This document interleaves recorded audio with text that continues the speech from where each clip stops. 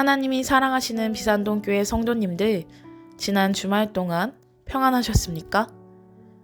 11월 찬양인 감사에서 내게 주신 모든 것 감사, 때론 가져가심도 감사, 내게 고난 주셔서 주뜻 알게 하신 것, 모든 것 감사라는 가사가 있습니다. 범사에 감사하며 살아야 함을 알면서도 감사하지 못할 때가 참 많은 것 같습니다. 오늘 하루 주심도 가져가심도 고난으로 주뜻 알게 하심도 진정으로 감사하시는 비산동교회 성도님들 되시기를 축복합니다. 기도하겠습니다. 사랑으로 우리를 자녀 삼아주신 아버지의 위대한 사랑을 감사합니다. 오늘을 나의 힘으로 살아가지 않게 하시고 주님만을 붙잡고 의지하는 하루 되게 하여 주시옵소서. 주신 모든 것, 나를 나되게 하신 모든 것을 감사함으로 받을 수 있게 해주시고 시험에 들지 않게 주님의 말씀으로 무장되게 하여 주시옵소서. 모든 전쟁이 주님께 속했음을 고백하며 오늘도 악을 선으로 갚는 비산동교회 성도님들 되게 하여 주시옵소서. 이 모든 말씀 예수님의 이름으로 기도합니다. 아멘.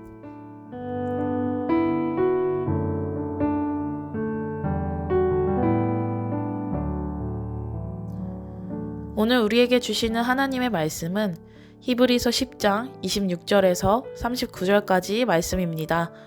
하나님의 말씀을 함께 읽겠습니다. 우리가 진리를 아는 지식을 받은 후 짐짓죄를 범한즉 다시 속죄하는 제사가 없고 오직 무서운 마음으로 심판을 기다리는 것과 대적하는 자를 태울 맹렬한 불만이 있으리라. 모세의 법을 폐한 자도 두세 증인으로 말미암아 불쌍히 여김을 받지 못하고 죽었거든. 하물며 하나님의 아들을 짓밟고 자기를 거룩하게 한 언약의 피를 부정한 것으로 여기고 은혜의 성령을 욕되게 하는 자가 당연히 받을 형벌을 얼마나 더 무겁겠느냐 너희는 생각하라. 원수 갚는 것이 내게 있으니 내가 갚으리라 하시고 또다시 주께서 그의 백성을 심판하리라. 말씀하신 것을 우리가 아노니 살아계신 하나님의 손에 빠져들어가는 것이 무서울지언정 전날에 너희가 빛을 받은 후에 고난의 큰 싸움을 견디어낸 것을 생각하라. 혹 비방과 환난으로서 사람에게 구경거리가 되고 혹은 이런 형편에 있는 자들과 사귀는 자가 되었으니 너희가 갇힌 자를 동정하고 너희 소유를 뺏기는 것도 기쁘게 당한 것은 더 낫고 영구한 소유가 있는 줄 알미라. 그러므로 너희 담대함을 버리지 말라. 이것이 큰 상을 얻게 하느니라. 너희에게 인내가 필요함은 너희가 하나님의 뜻을 행한 후에 약속하신 것을 받기 위함이라. 잠시 잠깐 후면 오시리가 오시리니 지체하지 아니하시리라. 나의 의인은 믿음으로 말미암아 살리라. 또한 뒤로 물러가면 내 마음이 그를 기뻐하지 아니하리라 하셨느니라. 우리는 뒤로 물러가 멸망할 자가 아니요 오직 영혼을 구원함에 이르는 믿음을 가진 자니라. 아멘.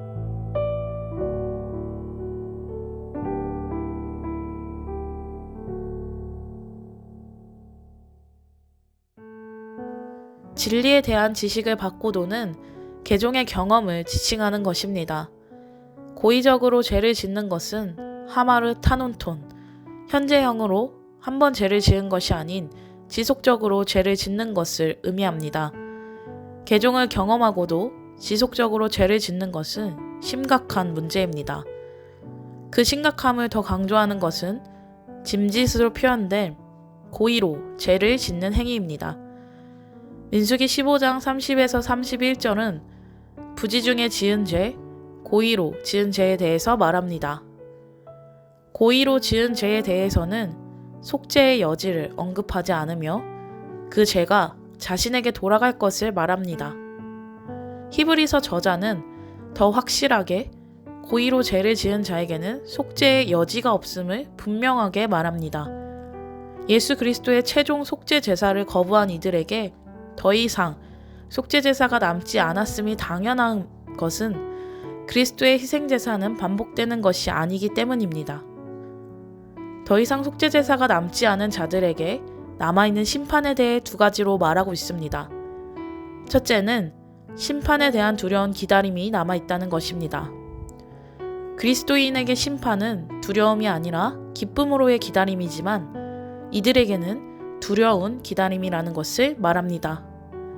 둘째는 대적하는 자들을 삼켜버릴 맹렬한 불만이 있다는 것입니다. 심판에 대한 엄중성을 이 두 가지 표현으로 나타내고 있습니다. 28절을 통해 구약에서의 형벌을 언급하고 더 나아가 29절에서는 하나님의 아들을 짓밟고 자기를 거룩하게 한 언약의 피를 부정한 것으로 여기고 은혜의 성령을 욕되게 하는 자가 당연히 받을 형벌은 얼마나 더 무겁겠느냐 너희는 생각하라고 말합니다. 구약의 모세의 율법을 범한 자도 두세 증인들을 통해 죽였는데 하물며 예수 그리스도의 한 번의 속죄인 희생 제사를 거절함이 얼마나 더 중대한 것인지 얼마나 더 큰 형벌을 받아야 하는지에 대해 직접 생각할 수 있게 합니다. 하나님의 아들을 짓밟는 것, 언약의 피를 부정한 것으로 여기는 것, 은혜의 성령을 모독하는 것은 희생 제사의 주체이신 하나님의 아들, 희생 제사의 핵심인 그리스도의 피, 그리고 그 효력을 은혜로 베푸시는 성령을 고의로 거부하는 것입니다. 이렇게 고의로 죄를 짓는 자가 영원한 형벌을 받는 것은 당연한 일입니다. 30절, 살아계신 하나님의 손에 빠져간다는 것은 긍정적 의미가 아닌 부정적 의미로 하나님의 능력과 자비의 손이 더 이상 자비하지 않을 것임을 말합니다. 예수님은 하나님의 아들이시며 어린 양 예수님의 피는 모든 죄를 사했으며 성령은 이를 은혜로 증거하시며 깨닫게 하시는 분이심을 잊으면 안 됩니다. 우리가 예수님을 돌아설 때 우리를 위해 싸우시던 하나님은 우리와 싸우는 하나님이 되십니다. 오늘도 우리를 위해 싸우시는 하나님의 은혜 속에 사시는 성도님들 되시길 축복합니다.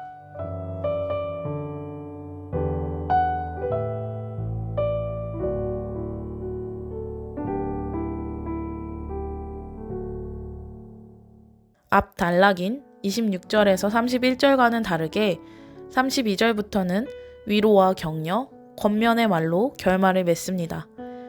32절부터 34절은 과거 수신자들의 모습입니다. 이들이 기억해야 하는 것은 지난 날들, 즉 공동체의 과거입니다. 경험은 과거에 머물러 있음이 아니라 현재 공동체 삶에도 지속적으로 영향을 끼치도록 기억되어야 합니다. 이들이 기억해야 할 것은 고난의 큰 싸움을 견뎌낸 것입니다. 믿는 성도들에게는 고난이 따라옵니다. 고난이 싸움으로 표현되는데 이 싸움은 경기장의 운동들을 의미합니다. 비방과 환란으로서 사람들에게 구경거리가 되고 혹은 이런 형편에 있는 자들과 사귀는 자들이 되었으며 갇힌 자를 동정하고 소유를 빼앗기는 것 또한 기쁘게 당했습니다. 이 모든 일에 필수적으로 필요한 것은 인내입니다. 고난은 싸움과 같고 그 속에서 인내가 필요합니다. 고난을 기쁘게 당할 수 있는 것은 더 낮고 영구한 소유, 큰 상을 얻기 위함임을 말합니다. 빛을 받은 자들은 개인적인 고난뿐만 아니라 공동체의 고난을 돌볼 수 있는 자들이었습니다. 그것을 돌볼 수 있는 것은 고난을 깊이 공감할 수 있는 그들 공동체 안에 깊은 교제가 있었다는 것입니다. 그들이 자신의 재물과 목숨도 감수할 수 있었던 것은 더 나은 영구한 재산을 가지고 있다는 것을 알았기 때문입니다. 그리스도를 통해 얻은 것이 고난 가운데 잃는 모든 것들보다 값지지 않다는 것을 알았습니다. 담대함을 버리지 말라고 나옵니다. 33절과 34절 말씀에서 그러한 고난의 상황을 염두에 둔 것이며 이 담대함은 큰 보상을 약속합니다. 그리고 큰 보상을 약속이라고 말합니다. 하나님은 약속하시는 분이시며 신실하게 약속을 이루어 가시는 분이십니다. 그 약속을 받기 위해서는 인내가 필요합니다. 예수님을 믿는 우리의 삶도 여전히 고난 가운데 있습니다. 고난을 기쁘다고 생각하는 사람은 없을 것입니다. 고난의 시간이야말로 영원히 끝나지 않을 것만 같습니다. 그러나 본문은 우리에게 담대하라고 말합니다. 우리가 담대할 수 있는 유일한 이유, 예수님의 보혈입니다. 예수 그리스도의 대속과 부활로 고난은 우리의 미래가 될 수 없습니다. 예수님의 승리는 우리의 승리입니다.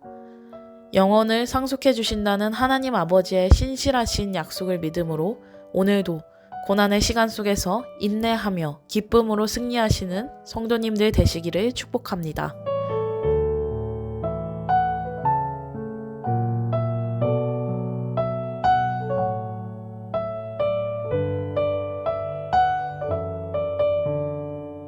예수님을 무시했을 때의 경고와 믿음을 지켰을 때의 소망을 대조하여 말하는 것을 통해 첫째로는 엄벌의 무거움과 믿음의 큰 상을 대조시키기 위함입니다.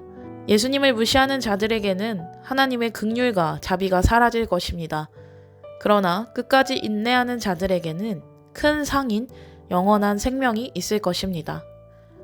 하나님은 상과 벌이 확실하신 공의의 하나님이시며 심판의 하나님이십니다. 두 번째로는 하나님의 약속은 믿음으로 끝까지 인내하는 자들에게 이루어집니다. 37절에서 38절은 구약 말씀을 인용합니다. 잠깐 후면은 이사야 26절 20절 말씀으로 하나님이 원수를 징벌하시는 동안 하나님의 백성은 잠시 물러나 숨어 있으라는 명령입니다. 뒤이어 나오는 말씀, 오실 분이 오시고 지체하지 아니하실 것이다.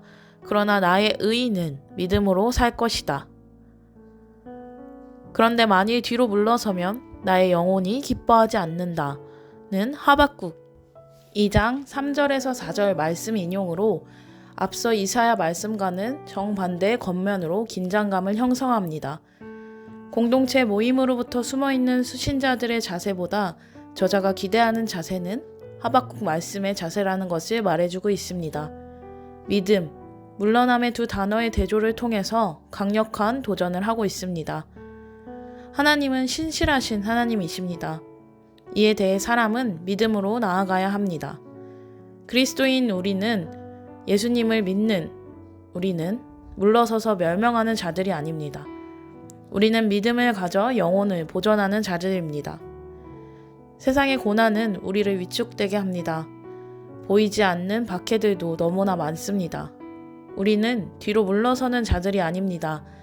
하나님의 신실하심을 믿고 담대함으로 싸우는 자들이며 더 낮고 영구한 소유가 있음을 아는 자들입니다.